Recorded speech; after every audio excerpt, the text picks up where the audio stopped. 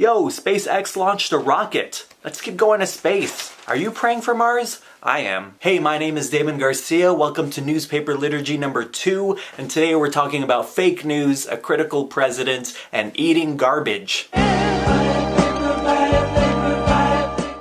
If you need the term newspaper liturgy explained, I made it up in my last video, Newspaper Liturgy 1, so go check that out. Basically, I read the newspaper, talk about the news, and I try to turn it into a sacred thing. As many historical theologians have said, newspaper in one hand, Bible in the other.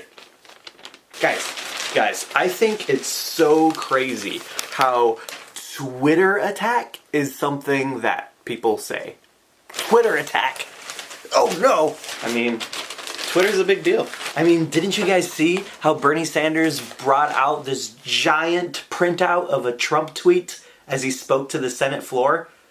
Oh, that was amazing. So good. But this Twitter attack was against John Lewis, a famous civil rights activist, who questioned Trump's legitimacy and said he's not going to attend the inauguration. Then Trump said, you should spend more time on fixing and helping your district, which is in horrible shape and falling apart, not to mention crime infested, rather than falsely complaining about the election results. Oh, and he added, all talk, talk, talk, no action or results, sad. Okay, now, this is the most critical president we've ever had. And he's not even president yet. It even references back to him attacking widely lauded figures before and after the campaign. A prisoner of war, parents of a slain US soldier, a beauty queen, and now a civil rights icon. What? I don't know. Okay, so everyone deserves to get called out on their crap, for sure. And you could side with Donald Trump and say the people who he was calling out were being completely ridiculous and they did need to be told something. Sure, I'm not going to argue about that. I don't want to argue whether it was right or wrong for Trump to fire back at people who are firing at him. If you believe that's cool, cool. If you don't, cool. What I want to talk about is where this could lead. BuzzFeed released documents on an investigation that wasn't verified, talking about his ties with Russia. People freaked out because it wasn't verified at all, saying it was completely irresponsible of them because of how unverified it was. It was too early. And CNN just briefly mentioned it because people were talking about it, but not saying it was verified either. And then at a White House press conference, Trump calls out BuzzFeed, which... BuzzFeed...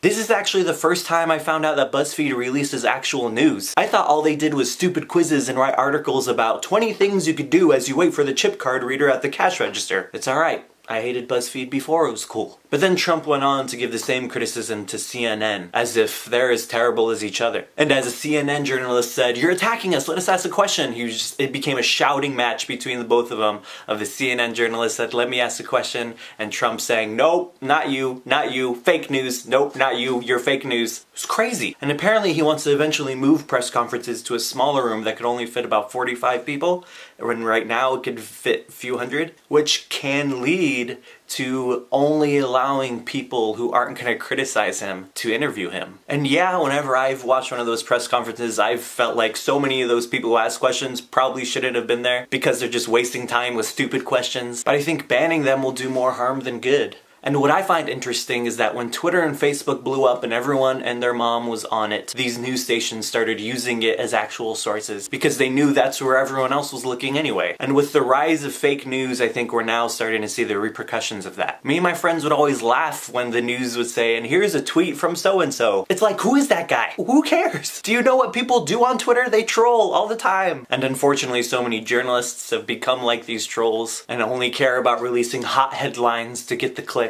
more than they care about the truth. There's that viral Denzel Washington video where he's talking about how journalists care more about who's first than what's the truth. Even if it's unverified or completely false, they want to be first. Even if they know it's completely false, they'll go with it for the clicks, or just still post it and say, we know this is false, but look what people are saying. And I think during this time we need to be way more passionate about the truth. Whoever that truth is coming from, whether from the news or from Trump or even WikiLeaks. And at the same time, we need to be able to question these truths, whether they come from the news or from Trump or from WikiLeaks or anywhere. 1 Thessalonians says, test all things and hold on to what is good and do away with all evil. Test all things, whether it comes from someone you love or someone you hate, and be passionate for the truth. I want to read some stuff from Proverbs, and Proverbs is all about the wise do this and the foolish do this. The wise make this decision and the foolish make this decision. Super basic conventional wisdom, yet still so strong. So listen to this and think about our world today. From Proverbs 12. Fools think their own way is right, but the wise listen to advice.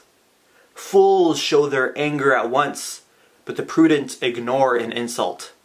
Whoever speaks the truth gives honest evidence, but a false witness speaks deceitfully. Rash words are like sword thrusts, but the tongue of the wise brings healing. Truthful lips endure forever, but a lying tongue lasts only a moment. Deceit is in the mind of those who plan evil, but those who counsel peace have joy. No harm happens to the righteous, but the wicked are filled with trouble. Lying lips are an abomination to the Lord, but those who act faithfully are his delight. One who is clever conceals knowledge, but the mind of a fool broadcasts folly. And those who would rather broadcast foolishness in order to get clicks instead of the truth just aren't being creative. We can try harder. These journalists can try harder, and we can try harder. As consumers, as sharers, as readers and gossipers, we can try way harder. So you want to know why the news keeps giving us steaming piles of garbage? Because we keep eating it. So maybe if we stop eating the garbage, they'll stop feeding it to us. Test all things. And in seeing Donald Trump be really critical of people, I think we're beginning to see a president who tests all things. There's definitely a lot more people and friends of his that he needs to test as well, but I hope to see a president in the future, whether it's Trump or not, be able to test all things and be passionate about the truth. My hope and prayer is that maybe Trump can be that president, as long as he's equally critical of all sides. And be smart with his criticism. No need to throw in personal insults. But yes, keep testing all things and be passionate about the truth. So let's all stand up for truth and stand against the garbage and try to make this world a better place. Thanks for watching, guys. See you later. Mr. Buy a paper, please. Read all about it. Read all about it. Lady, buddy, gent, oh please.